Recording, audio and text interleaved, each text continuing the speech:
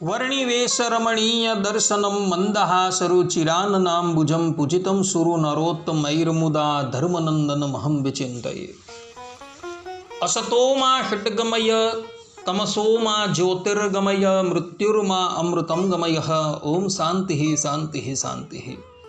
अस्मद्गुरु समारंभां नाथयामुन मध्यमां लक्ष्मी वल्लभ पर्यंतां वंदे गुरु परंपरा। આજની જ્ઞાન સભાની અંદર પધારનારા બધા જ ભગવત ભક્તોને વેદાંતાચાર્ય પુરાણ ઇતિહાસાચાર્ય એમએ ફિલોસોફી શાસ્ત્રી રાકેશભાઈના હેતપૂર્વક જય સ્વામિનારાયણ। ભક્તો, આજની આ જ્ઞાન સભાની અંદર આપણે બધા જનોઈ લેનાર સંધ્યા ન કરે તો શું થાય આ વિષય પર આપણે થોડી વાત શ્રવણ કરશું। તો બધા જ શ્રોતાગણો આ પ્રવચન એકાગ્ર મને કરીને શ્રવણ કરે। એક ભગવત ભક્તએ મને પ્રશ્ન કર્યો કે શાસ્ત્રીજી, શિક્ષાપત્રીના 187માં શ્લોકમાં ભગવાન સ્વામિનારાયણ કહે છે કે સ્નાનમ સંધ્યામ ચ ગાયત્રી જપમ શ્રી વિષ્ણુ પૂજનમ અકૃત્વા વૈશ્વદેવમ ચ કર્તવ્યમ નૈવ ભોજનમ। અર્થાત કે જે બ્રાહ્મણ હોય તેણે સ્નાન, સંધ્યા, ગાયત્રીનો જપ, શ્રી વિષ્ણુની પૂજા અને વૈશ્વદેવ એટલા વાના કર્યા વિના ભોજન કરવું જ નહીં। આ પ્રમાણે ભગવાન સ્વામિનારાયણે બ્રાહ્મણ એટલે કે દ્વિજ માત્રને જેણે જનોઈ ધારણ કરી છે તેણે સંધ્યા કરવાની આવશ્યકતા બતલાવેલી છે। તો આ સંધ્યા શબ્દોનો અર્થ શું થાય, સંધ્યાનું મહાત્મય તથા સંધ્યા ન કરવાથી કયા દોષની પ્રાપ્તિ થાય છે એના પર આપ પ્રકાશ કરો। તો એ ભગવત ભક્તએ મને જિજ્ઞાસાથી આ પ્રમાણે પ્રશ્ન કરેલો હતો। તો આજે હું સંધ્યા પર થોડી વાત કરું છું। સર્વપ્રથમ સંધ્યા શબ્દોનો અર્થ શું થાય તો આચાર ભૂષણના 89માં શ્લોકની અંદર કહ્યું છે કે અહોરાત્રસ્ય યા સંધિ સૂર્ય નક્ષત્ર વર્જિતા સાતુ સંધ્યા समाख्याता मुनिभिः तत्वदर्शिभिः।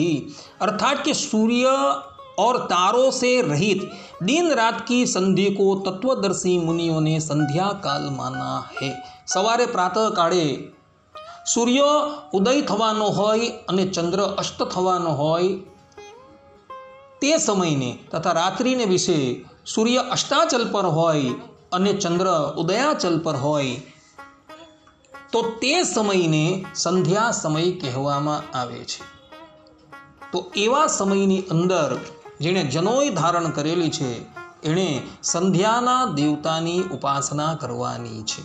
संध्यानुं महात्म्य वर्णवता અત્રિ ઋષિ અત્રિ સ્મૃતિમાં કહે છે કે સંધ્યામુપાસતે ये तु सततम संस्कृतव्रताः विधूत पापास्ते यान्ति ब्रह्मलोकम सनातनम।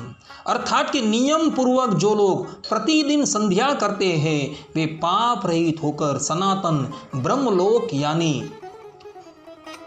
दिव्य धाम को प्राप्त होते हैं। તે જ પ્રમાણે મિત્રકલ્પની અંદર પણ કહ્યું છે સ્વકાલે સેવિતા સંધ્યા નિત્યમ કામ દુઘા ભવેત અકાલે સેવિતા સાચ संध्या वंध्या वधूरिव।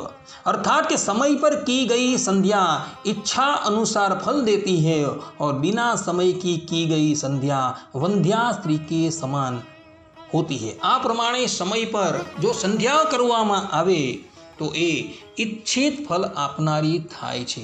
ते ज प्रमाणे जे पण कोईक मुमुक्षुए जनोई लीधी होय अने ए संध्या न करे तो ए संबंधमां देवी भागवतमां 11मा स्कंदना 16मा अध्यायना 7मा श्लोकमां श्रीमन नारायण भगवान पोताना स्वमुखे कहे छे कि संध्या ये न विज्ञाता संध्या ये नानुपासिता जीव मानो भवेत् क्षुद्रो मृतस्वा चाभिजायते।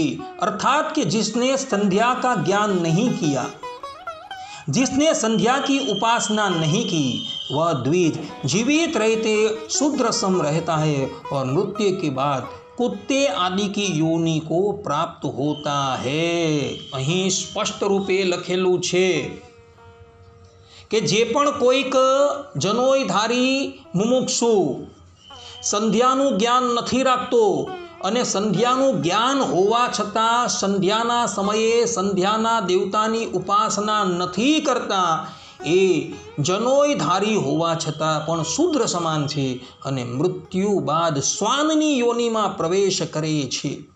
તે જ પ્રમાણે દક્ષ સ્મૃતિના 2ય અધ્યાયના 27મા શ્લોકની અંદર દક્ષ પ્રજાપતિ કહે છે કે સંધ્યાહીનો અશુચિર નિત્યમ અનર્હ સર્વકર્મસુ યદન્યત કુરુતે કર્મ ન તસ્ય ફલભાગ ભવેત।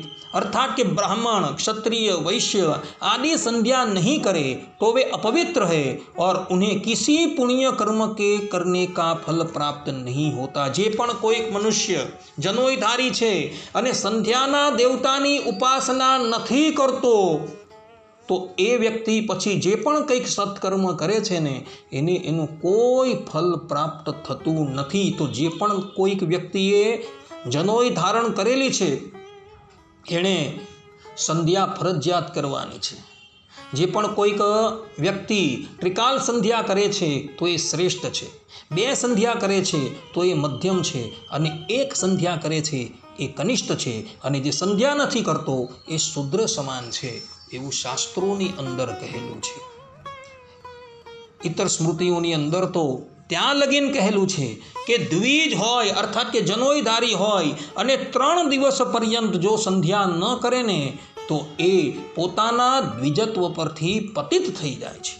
माटे जे लोकोए जनोई लीधेली छे ए लोकोए तो अवश्य संध्या करवी।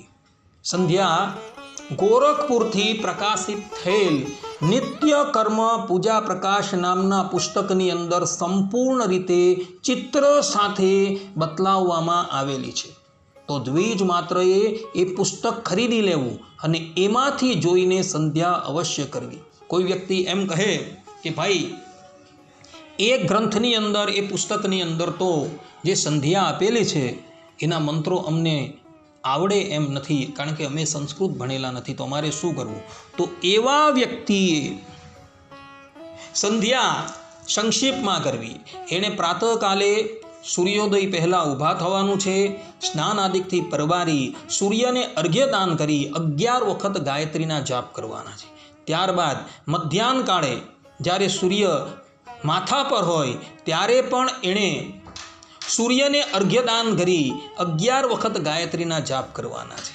अने संध्या समये ज्यारे सूर्य अस्ताचल पर होय तो अस्ताचल वखते सूर्य ने अर्घ्यदान करी एणे 11 गायत्रीना जाप करवाना छे।